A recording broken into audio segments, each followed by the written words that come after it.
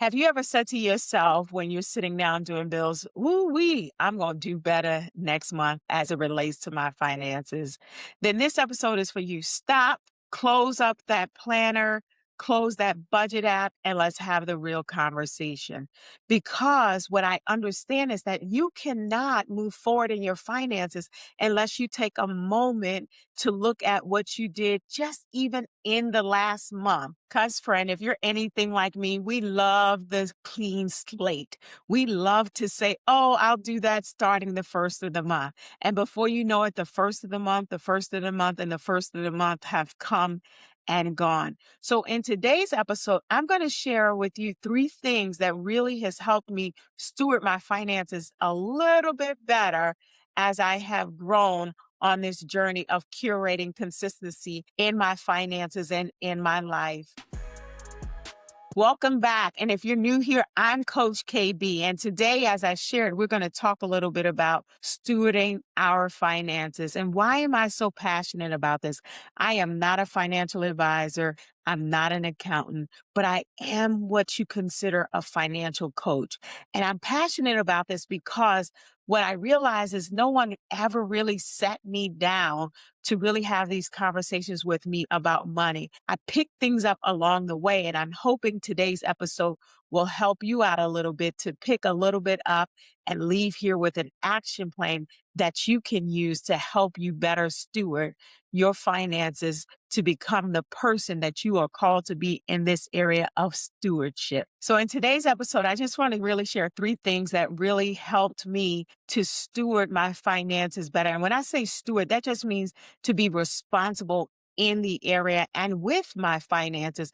Because let me be honest, growing up, I didn't have someone sitting me down and really teaching me how to manage money and to be responsible with money. So for a long time, I struggled with managing money. So this episode is about not being shameful, but being honest about where you are, but also being honest about where you want to go. So the first thing I want to share is something that I do every month and that I am now consistent in doing is to really take a look at my bank statement. And why do I look at the bank statement? Because I don't want to leave things to my memory of what I think I did versus what the bank said that I did. So it is important to actually print off a physical copy of your bank statement if you do not get it. Because I know sometimes we're looking in the app and we're moving fast. But when you physically have this bank statement, you are now able to circle, highlight, and really get an understanding of what you are doing in the area of your finances. So once I print off the bank statement and really take a look at it, then I ask myself three simple questions. And the first question is, what did I really spend money on? And I put them in categories. But the other question is, do I even remember what I bought? Don't leave me out there. Give me a high five in the chat if you know sometimes you purchase things and you don't even remember what you purchased. The last thing is, what do I wish I would do differently for the upcoming months? There are times when we know that, okay, maybe I did it a little bit too much this month or overspent a little bit too much this month. And I'm going to be intentional about watching that area as I am spending for the next month. So why are we even doing this? This is not to make you feel shameful or anything, but this gives us points of data because we want to move in the area of our finances into making data-driven decisions. For example, if my bank statement shows me that I spent $200 on a dress and I know that I'm trying to save for something else, then now I can make the decision that I need to be mindful on how I'm spending. Because can I be honest? I have too many closets of clothes anyway. So some of us need to shop in our closets as well. I'm going to just leave that right there. Looking at your numbers and understanding your numbers is not about making you feel bad. This is not about feelings. This is all about facts. This is about the numbers so that you can now steward or be responsible for your money in a different way if you so choose to do so. But you will make an informed decision understanding what the data is. So this audit is really about acknowledging it. So listen, now that the stressful part is over, because that's a little stressful for me to see how I'm actually spending money, is over. let's talk about the next steps. And this is where sometimes it gets overwhelming for people. And what I want to start with is just to think about that one thing that you're going to do differently. This is not the time to say that I'm going to revamp my whole life. I'm not going to buy anything. I'm going to take my lunch to work and I'm going to invest 20%. Way too much.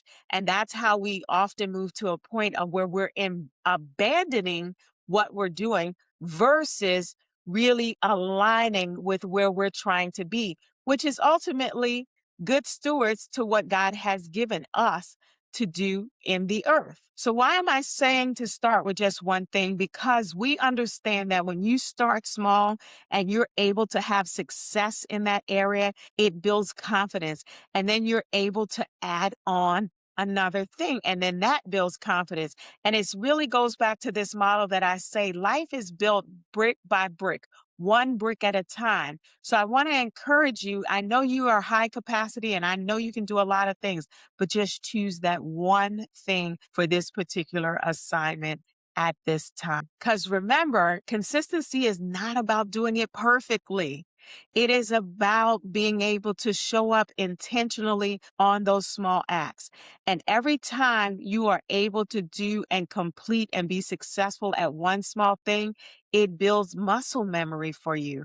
And so this is like planting one seed for a lifetime of harvest because each time you're successful at this one thing, it builds that confidence. And it's like what I always say, it's like a brick by brick model when we build life one brick at a time. And then all of a sudden we look up and we see a whole building has been built by just placing that one habit in place and building upon it each time. So now that you have the receipts, meaning your bank statement showing you what you're actually spending, and now that you have decided on the one thing that you're going to do in the next month, this third part is so important.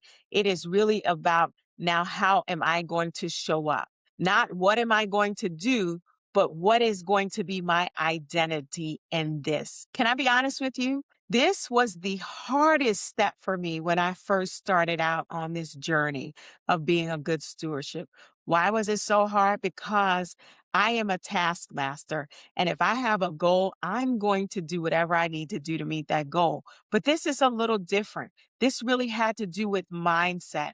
And why is that important? Because I might have had the goal to save, but if my natural inclination was a spender, guess what happened? I would end back up in debt or I would end back up spending what I have saved. And so one of the important things that you and I need to do is really attach who we are to an identity. So in the past, I would write the goal. I'm a saver. I'm a saver. I'm a saver. Now, today, I understand that my identity is that I am a kingdom woman who will be a good steward over the resources that I am entrusted with by God. You see the difference in that? It's just not the goal of saving, but it is really saying who I am and who I am choosing to show up consistently and be in this season of my life as it relates to my finances and creating consistency in these areas of my life. Because goals are great until they get hard, but identity is a decision that is connected to our calling. And when we realize that, like for me, I realize that I am a daughter of the King. I now have this responsibility, but knowing that I am his daughter and he is going to take care of me has really lifted the weight as I look at how I am stewarding my resources that he has entrusted me with during this time. Does that make sense? So, my friend, let's be honest. The changing of the calendar from the 30th to the 1st does not change your life. But what will change your life is being honest and curating consistency by one, conducting that audit with no shame, right? It is about data, and we want to make data-driven decisions. It's about deciding that one thing, not five, not 10, just that one thing that we are going to do and master this next month. And last but not least, deciding how am I going to show up? in my identity in Christ. So that's it. Very simple. But if this episode resonated with you, be sure to like, subscribe, and turn on those notifications. Because remember, here we believe that productive days lead to prosperous ways. I'll see you in the next episode.